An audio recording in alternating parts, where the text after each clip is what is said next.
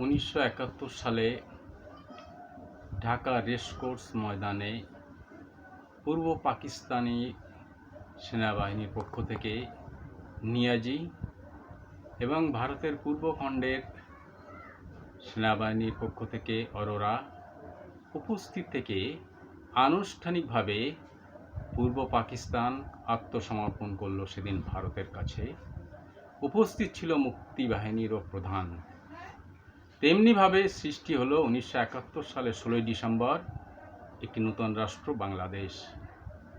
আমি কখনো জানিওনি, জানতেও চাইনি পূর্ব পাকিস্তান ভেঙে বাংলাদেশ সৃষ্টি করার মাধ্যমে ভারতের কী লাভ হলো, কী ক্ষতি হলো।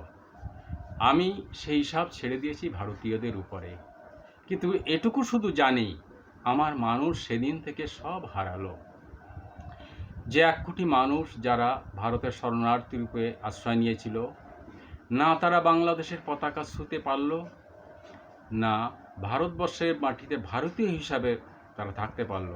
শরণার্থী রূপে পুনর্বাসিত তারা হলো। বাংলাদেশের মাটিতে আমার যে সংখ্যালঘু ভাই বোন রইল, তারাও সে দেশের শত্রু হিসাবেই পরিগণিত হয়ে রইল।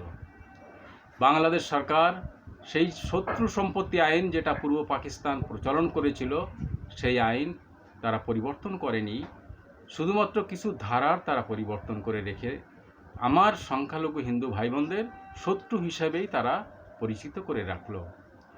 তারপরে বিভিন্নভাবে সরকার নিয়ন্ত্রিত অত্যাচারে যখন আমার মানুষ ওষ্ঠাগত, এমনই একটি সময়ে 1982 সালের 25শে মার্চ সকাল 6 ঘটিকায় আমি পার্থ সামন্ত ছদ্মনামে খুলনার উপকণ্ঠে গল্লামারি, তখন ছদ্মনাম সামন্তনগর দিয়ে বাংলাদেশের বৃহত্তর 6টি জেলা খুলনা, যশোর, বরিশাল, ফরিদপুর, পটুয়াখালী, কুষ্টিয়ার মাটি নিয়ে স্বাধীন বঙ্গভূমি রাষ্ট্র ঘোষণা করি।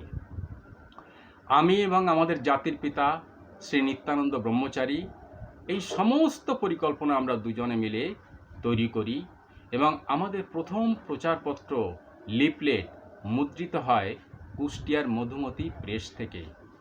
আমি তখন খুলনা মজিদ মেমোরিয়াল সিটি কলেজের ছাত্র। শুরু হলো এক নূতন যুগ। আমার সর্বহারা মানুষের কাছে আমরা পৌঁছে দিলাম এক নূতন পতাকা, নূতন স্লোগান।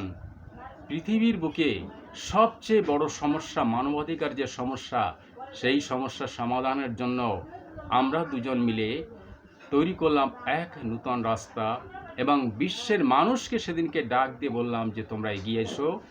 আমার এই সর্বহারা মানুষ, অসহায় মানুষ, এই নির্যাতিত মানুষ, তাদের মুক্তির জন্য এই স্বাধীন বঙ্গভূমি রাষ্ট্রকে তোমরা সমর্থন করো, তোমরা তাদের দিকে এগিয়ে এসো।